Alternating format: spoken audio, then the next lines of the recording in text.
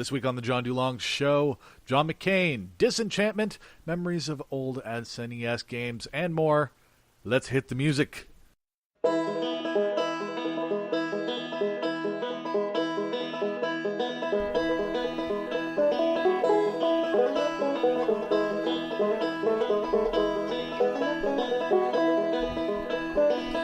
right, I know what you're thinking.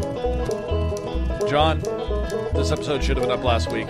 Where were you? All right, I took a little unscheduled break, so it just means that 1 week later than it should have been. I'm saying welcome to the John DuLong Show. Welcome to episode number 43. Come on in for your weekly dose of the Friday afternoon fun times, Friday afternoon fiesta. I'm John DuLong, so happy to have you here. Come on in, take a seat, relax.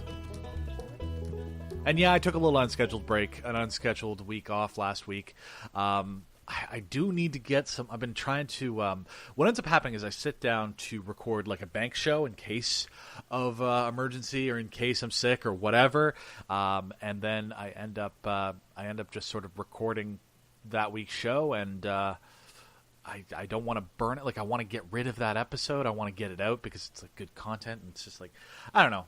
Like, it's hard with this show in particular to do like evergreen content, you know, like stuff that isn't necessarily linked to a particular week. I don't know. I don't know exactly how I'm going to do it, but at some point I am going to get something in the bank.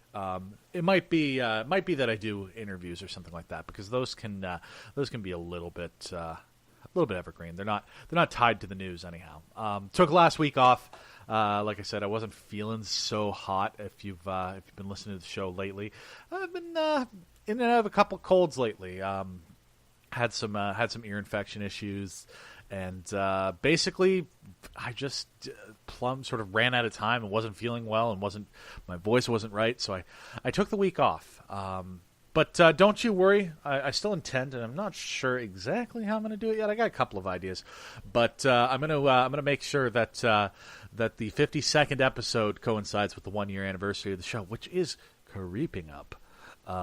Certainly, like this time of year last year is when I was first really like starting to research microphones and just trying to research like cheap ass mics that I could just start a podcast with. Of course, like you may, if you've listened, long-term listeners to the show, people who have listened back from episode 1, don't go back there now. They'll remember the excitement that there was when I put a sock on the microphone to begin with. So, you know, I'd like to think we've come far since then. I don't know if we have, but I'd like to think we have. And just while we're talking about it, I'll do a little bit of podcast sort of housekeeping type stuff, just so that you have a sense of what's maybe going down the pike. Haven't really decided whether or not I'm going to do this yet, but Spreaker, the podcast host that I use, if you go to johndulong.com to listen to the show rather than subscribing on Spotify or Google Play or iTunes, if you just go to johndulong.com, you can always get the latest episode, and that's coming from Spreaker, the site that I actually host the show on. They've opened up their monetization platform here in Canada, which will basically mean for this show, if I end up doing it, is that I'll be able to tack on an ad at the beginning and at the end, and it'll basically be dynamic ads. So it'll be if you download the episode with an ad on it, like 6 months in the future, it might be more updated to that particular time that you've downloaded the show. The show is going to remain, you know, as it is. I'm not going to be really too concerned about whether or not I have advertisers or whatever. As far as I understand it, like, they take care of all of that stuff. I just have to check a box and say, yeah, you can have an ad at the beginning and at the end of the show.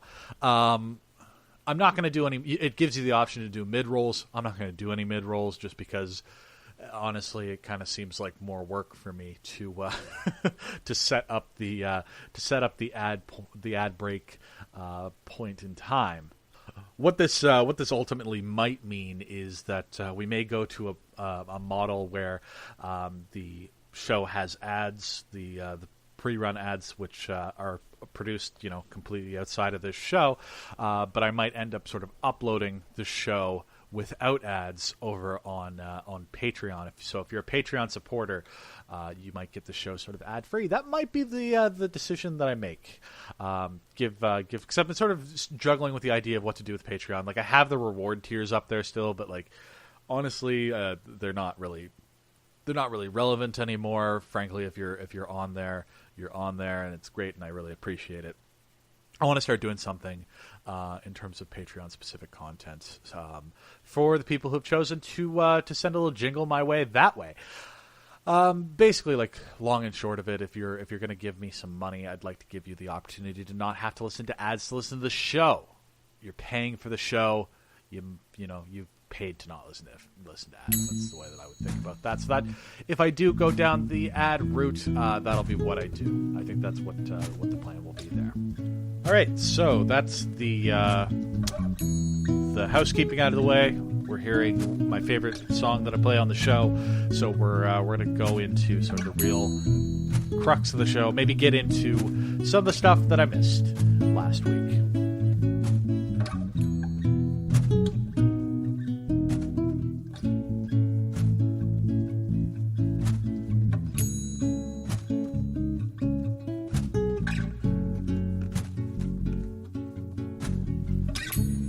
So, as you may well know by now, U.S. Senator for Arizona, John McCain, passed away on August the 25th, 6 days ago, as I'm releasing this show. Former presidential hopeful, of course, ran quite famously against Barack Obama. Was in primaries, was sort of George W. Bush's primary opponent. Biggest primary opponent, I guess, rather than just repeating the word primary a couple times. And was sort of famously sort of seen as a bit of a maverick, I guess, in the Republican Party. He was kind of seen as not a conventional Republican, blah, blah, blah, blah, blah. There's think pieces about John McCain out there that you can go and read. I'm not going to give you sort of big, overarching thoughts about Senator McCain. I being quite confident that if he and I were to sit down at a table and chat about the world, that he and I would have very different views on it and would have very different opinions on the right course to take in terms of how to deal with the world. We have very different life experiences. Of course, he was very famously a prisoner of war. He was obviously a very conservative politician. He and I would definitely disagree on more than we would agree on. But I think that it was the crooked media guys. I think it was John Lovett over at Pod Save America who said that politics would be a lot better. The world would be a lot worse if John McCain got everything that he wanted, but politics would be a lot better if more people acted like John McCain. And that's kind of been my sense of it. I paid close attention to John McCain, in particular after his 2008 presidential run, and certainly during his presidential run as well. It was pretty clear.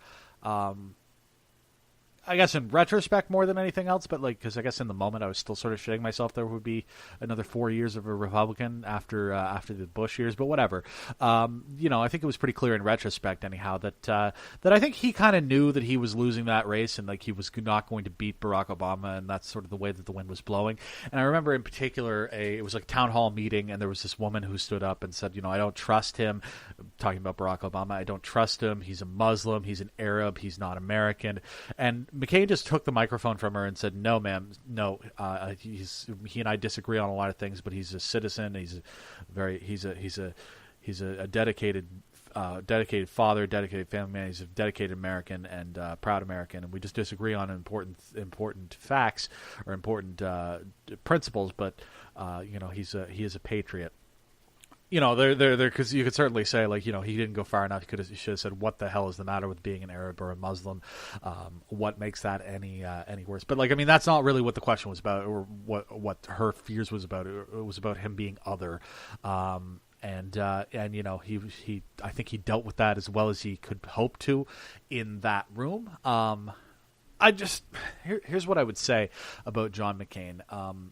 I'm, again, not the type of person who was necessarily going to be agreeing with him on, I would say, 99% of his positions, and he would disagree on 99% of mine.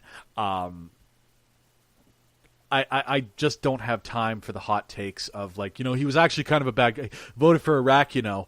I don't really have time for that. Okay, yeah, he was not always a great guy, but, like, I mean, like, can we not just sit back and just recognize, like, you know, he was a human being, and we're allowed to be sad that he's gone. I don't know. Like, it seems to me that, like, a lot of folks on both sides of the political spectrum, when somebody on the other side of the political spectrum dies, the one side says, hey, can we just have a little bit of decorum? And then the other side says, you know, oh, well, he did this, X, Y, and Z. I don't think we need to have political squabbles over a person's death. Do we need to deify people after they die? No, absolutely not.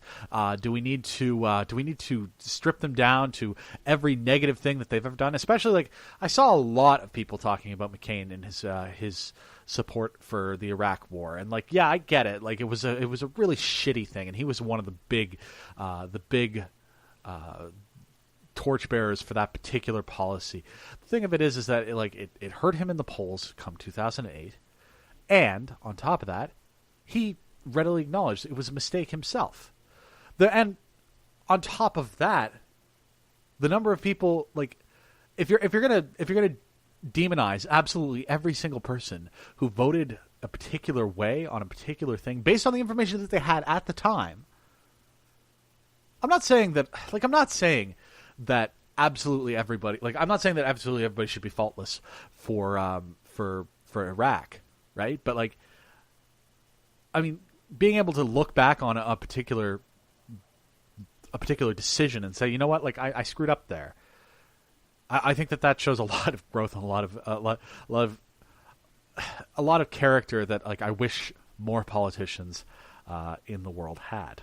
Speaking of politicians and politics and things that I missed when I missed last week's show, I believe I didn't talk about this yet. There's not really a whole lot more to say at this point in time, but Maxime Bernier, conservative politician here in Canada, breaking off from the Canadian Conservative Party to start his own party, which will be, you know, right of center, blah, blah, blah. Probably pretty libertarian, but I don't really know what to say about this beyond, like, oh my God, Maxime Bernier did it. It's hilarious to me because, like, I mean, the entire Harper years, right, here in Canada, that was entirely Harper's ability to marry a bunch of different conservative ideologies into one big tent party, and that is the only reason why you had that long of a conservative run here in Canada, as far as I'm concerned. So you start to see the right splintering. We're going to see a lot more liberal governments. That's all that I have to say about that.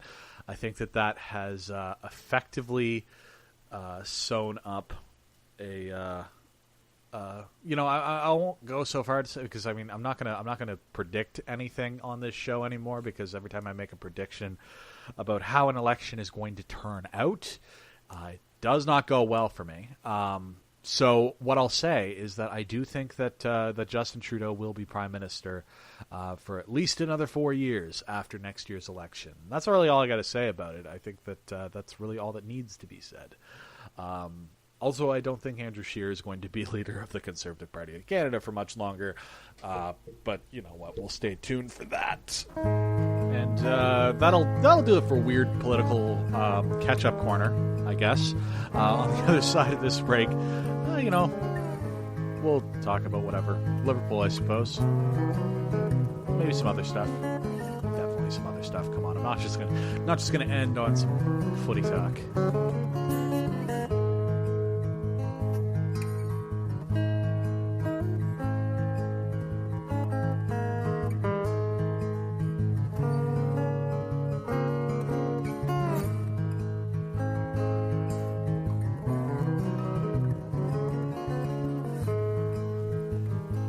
Had a really fantastic birthday, by the way. My birthday was on August 20th. It was like the one day, well, not the